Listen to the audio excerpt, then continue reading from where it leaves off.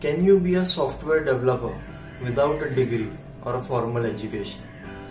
The straightforward and short answer is yes. You don't need a degree to be a software developer. But that does not mean that you don't need to learn something. You don't need to acquire skills. So don't leave. Stay with the video till the last and you will learn much through this video. If you have slightest interest in software development, in coding, then after watching this video till the end, you won't leave without a changed and optimistic mindset. Regarding the software developer profession, we in this video will discuss who can aspire to become a software developer, what does degree or formal education play a role in becoming a software professional. If formal education is not the ultimate key in becoming a software developer, then what is? What skills do you need to acquire? We will discuss that in this video. So let us begin. So what does a degree give you in this profession? The answer is, it gives you a certificate which guarantees that you have given 4 years in acquiring technical knowledge, and the companies that are going to recruit you do not need to worry about that.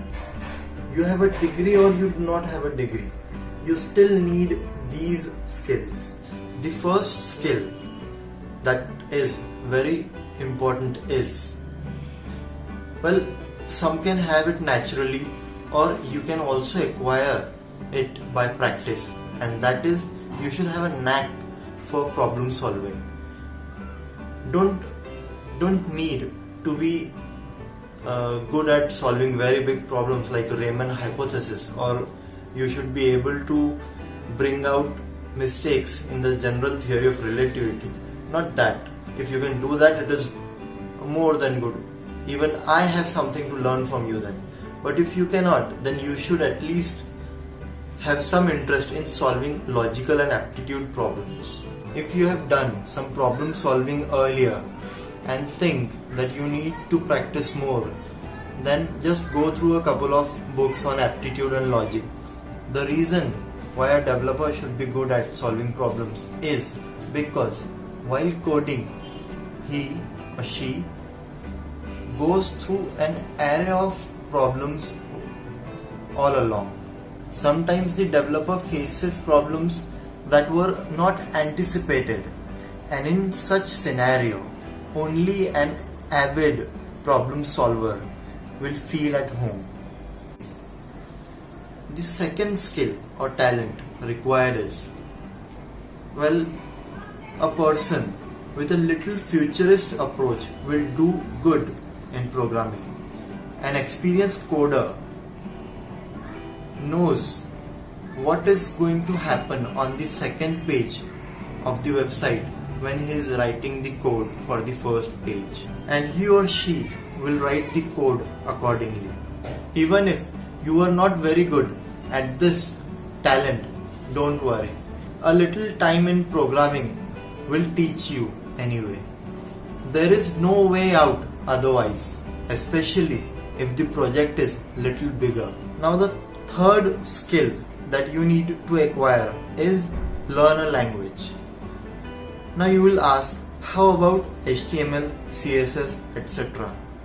Well, the reply is, you won't learn much in a markup language. Of course, you will need those languages from time to time, but you won't learn much in a scripting or a markup language. Instead, you should choose from PHP, Java, CPP, C, Python, etc. These languages have very specific concepts that you should master on.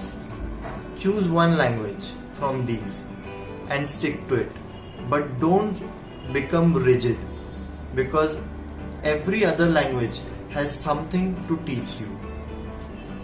Learn the basic concepts of the language you have chosen. Suppose you have chosen core Java. Learn its OOPS concepts. For example, abstraction, encapsulation, inheritance, etc. Become good at all these concepts. If you have chosen C or CPP, be good at pointers. Understand pointers completely.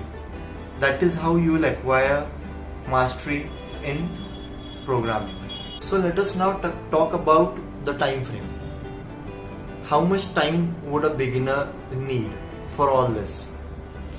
In my opinion, even if you are completely naive to programming, still you should start writing snippets from the first day you started learning.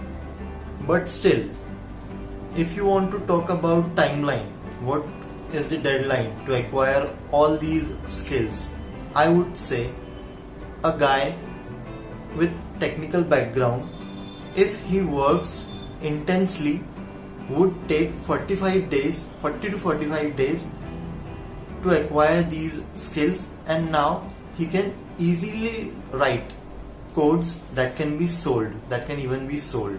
And yes, learning in programming never ends. Now, if you do not have a technical background, but you have some interest in mathematics and aptitude, well, even then, you can do this.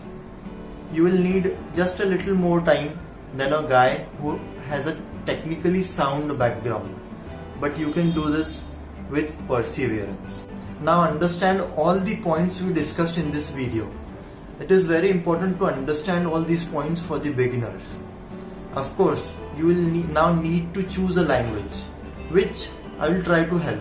If you want to know what language to choose and why to choose a language, write it down in the comments below. I will try to answer. We will end this video here. This video is very important. All the points are important for the beginner. First, go through all these points again and again. Know that these points are very, very important before choosing a language. Now, subscribe to the channel. Hit the like button. Press the bell icon. Don't forget to subscribe, because I will keep coming up with such videos from time to time.